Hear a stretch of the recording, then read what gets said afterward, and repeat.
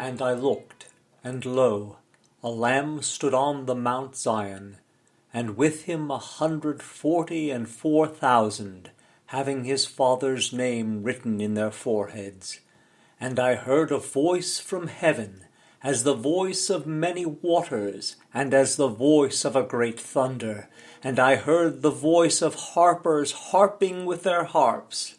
And they sung as it were a new song before the throne, and before the four beasts and the elders, and no man could learn that song but the 144,000 which were redeemed from the earth. These are they which were not defiled with women, for they are virgins. These are they which follow the Lamb whithersoever he goeth. These were redeemed from among men, being the firstfruits unto God and to the Lamb. And in their mouth was found no guile, for they are without fault before the throne of God. And I saw another angel fly in the midst of heaven, having the everlasting gospel to preach unto them that dwell on the earth, and to every nation and kindred and tongue and people, saying with a loud voice, Fear God, and give glory to him, for the hour of his judgment is come, and worship him that made heaven and earth, and the sea, and the fountains of waters. Everlasting gospel is an evocative phrase, but a vague one. Though the passage is murky in English, the more demanding syntax of the Greek makes clear that the everlasting gospel, or more plainly, the eternal news, which is to be reported, is that the hour of judgment is come. The implied end of time is what makes this news everlasting. The angel's scroll reads, Timete Dominum, fear God. And there followed another angel, saying, Babylon is fallen, that great city, because she made all nations drink of the wine of the wrath of her fornication. Babylon, mentioned here for the first time in Revelation, is the code word for Rome. Babylon has a long history in Hebrew prophecy as the unparalleled emblem of evil empire, a distinction achieved by the Babylonian king Nebuchadnezzar, who destroyed the first temple and exiled the Jews in 587 BC.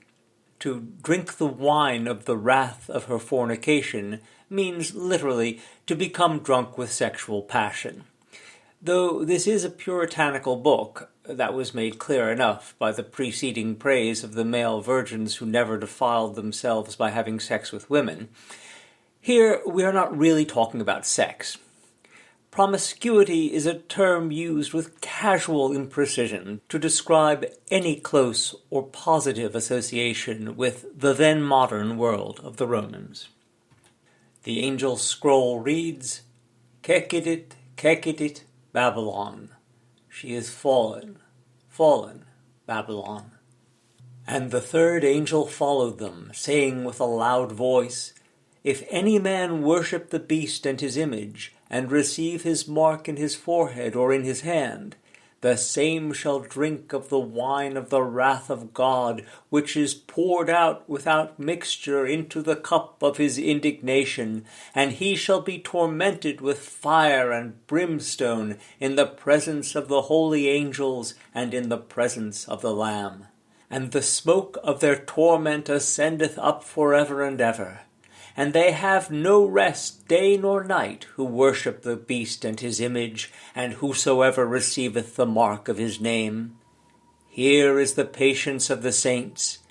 Here are they that keep the commandments of God and the faith of Jesus. The angel beckons to those who have not been marked by the beast, and indicates that they may approach the Lamb. Below the Lamb's hillock is a fire, a foretaste of the tortures of the damned, whom the other angels are already turned to watch.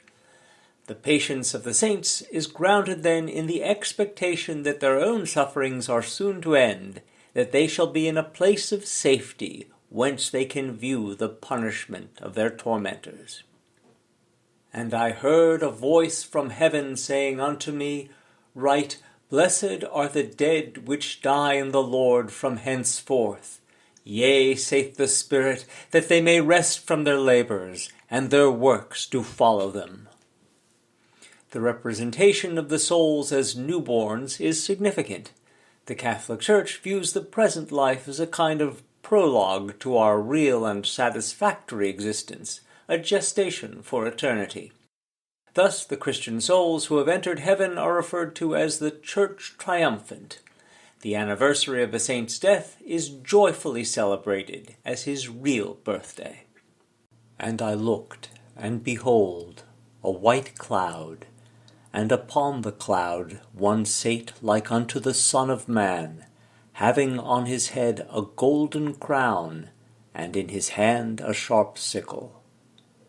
And another angel came out of the temple, crying with a loud voice to him that sate on the cloud, Thrust in thy sickle and reap, for the time is come for thee to reap, for the harvest of the earth is ripe. And he that sate on the cloud thrust in his sickle on the earth, and the earth was reaped. The reaping is the celestial prototype of mankind's last battles.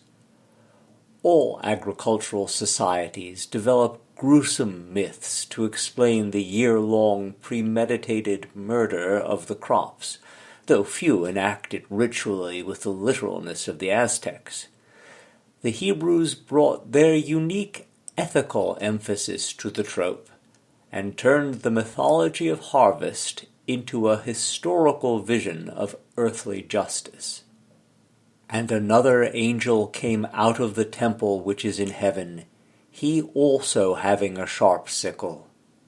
And another angel came out from the altar, which had power over fire, and cried with a loud cry to him that had the sharp sickle, saying, Thrust in thy sharp sickle, and gather the clusters of the vine of the earth, for her grapes are fully ripe. And the angel thrust in his sickle into the earth, and gathered the vine of the earth, and cast it into the great winepress of the wrath of God. And the winepress was trodden without the city, and blood came out of the winepress, even unto the horse bridles, by the space of 1,600 furlongs. The caricature of the high priest as a beast with lamb's horns is seated on the winepress. He has come to the unhappy realization that he must perforce play his part in this scheme of retribution, which cannot end well for him.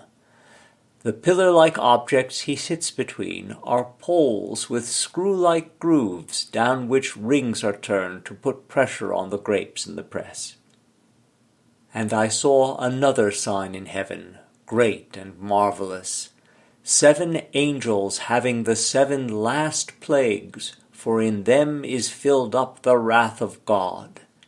And I saw, as it were, a sea of glass mingled with fire, and them that had gotten the victory over the beast, and over his image, and over his mark, and over the number of his name, stand on the sea of glass, having the harps of God.